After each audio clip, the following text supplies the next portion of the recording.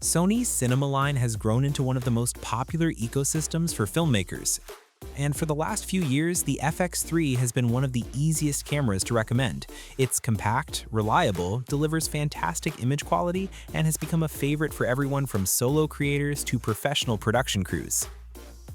But now Sony has officially introduced the FX5, and this isn't just a small refresh. It brings features we've never seen before in an FX camera, including a brand new stacked sensor, internal 16-bit XOCN RAW recording, true open gate capture, and even triple base ISO.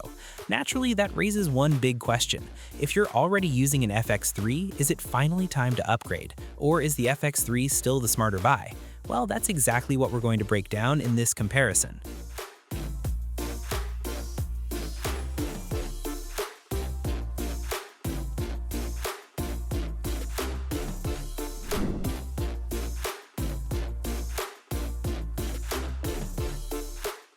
Let's start with what is arguably the biggest difference between these two cameras, the sensor. The FX3 uses a 12.1 megapixel full-frame sensor, and even today it still produces beautiful footage with excellent low-light performance. But the FX5 takes things a step further with a completely new 16.6 megapixel full-frame stacked CMOS sensor. On paper, that might not sound like a huge jump, but the stacked design changes a lot more than just resolution.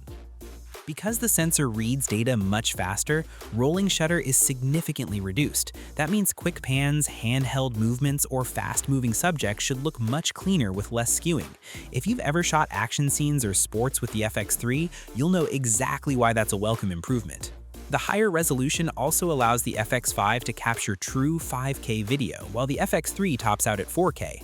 Now, if your final delivery is still 4K, that extra resolution isn't just about sharper footage. It gives you more room to crop, stabilize, or reframe your shots without sacrificing image quality. So while both cameras deliver excellent images, the FX5 definitely gives filmmakers more flexibility during editing.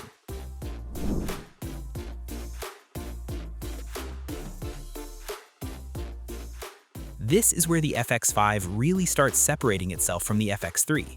One of the biggest complaints people had with the FX3 was that RAW recording required an external recorder. You could get beautiful RAW footage, but you had to build a much larger rig with additional cables, batteries, and accessories. The FX5 finally eliminates that limitation by recording Sony's 16-bit XOCN RAW internally. That means cleaner setups, fewer accessories hanging off the camera, and a much simpler workflow without giving up the flexibility that RAW provides during color grading. The second major upgrade is open gate recording. For the first time in Sony's FX lineup, you can record using the camera's full 3.2 sensor instead of being locked into standard widescreen formats. For modern creators, that's a bigger deal than it may initially sound. One recording can now be cropped into horizontal YouTube videos, vertical social media content, or even wider cinematic formats without needing multiple camera angles. If you're producing content across different platforms or shooting commercial work, OpenGate can save a surprising amount of time during post-production. It's also a big advantage for filmmakers shooting with anamorphic lenses, since the full sensor gives you much more flexibility when de-squeezing and reframing your footage later. Simply put, these two features alone make the FX5 feel like a much more modern cinema camera.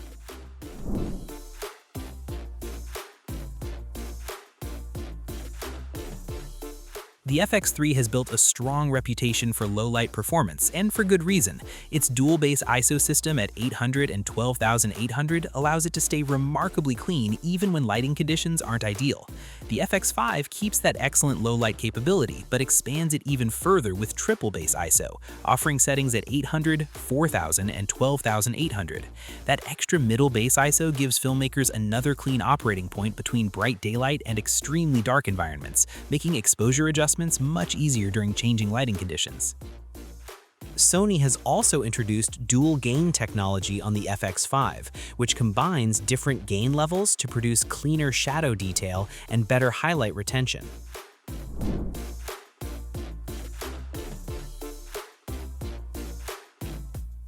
When it comes to slow motion, both cameras already cover most filmmakers' needs. The FX3 can record up to 4K at 120 frames per second. The FX5 matches that capability, but also pushes things further by offering 5K recording at up to 60 frames per second.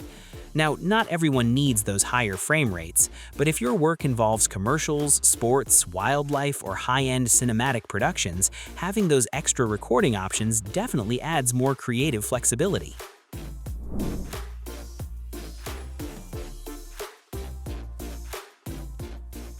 One thing we really appreciate is that Sony didn't completely redesign the camera.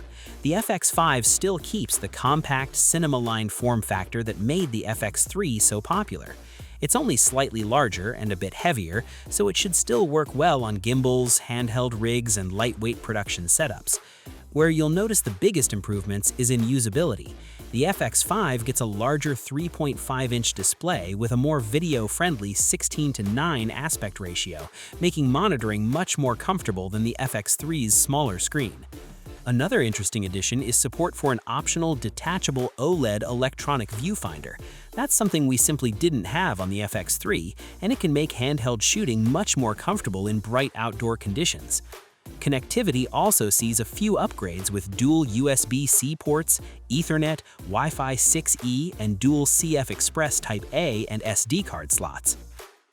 The menu system has also been updated to feel much closer to Sony's higher-end cinema cameras. Existing FX3 users may need a little time to adjust, but once they do, the workflow should feel much more professional.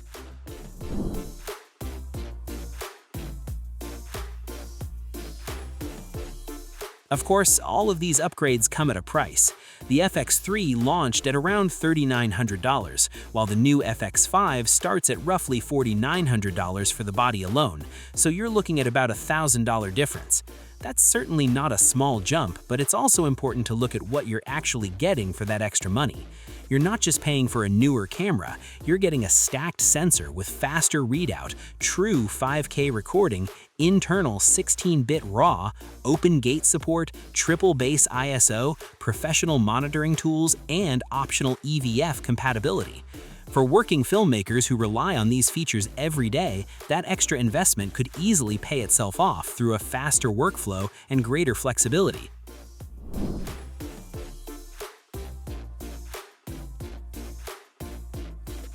So, is the FX5 worth upgrading to? Well, the answer really depends on how you shoot. If you're a professional filmmaker who wants internal RAW recording, open gate flexibility, cleaner rolling shutter performance, and a more complete cinema workflow, then the FX5 is a genuine step forward. These aren't small spec sheet improvements, they're features that can noticeably improve both production and post-production. But if you're already happy with the FX3 and mainly deliver standard 4K projects, the FX3 is still one of the best compact cinema cameras you can buy. It remains lightweight, incredibly capable, and more than powerful enough for the majority of commercial, documentary, and creator work. At the end of the day, the FX5 isn't replacing the FX3. It's simply giving filmmakers who have outgrown the FX3's limitations a much more capable option without sacrificing the compact form factor that made the FX3 so successful in the first place.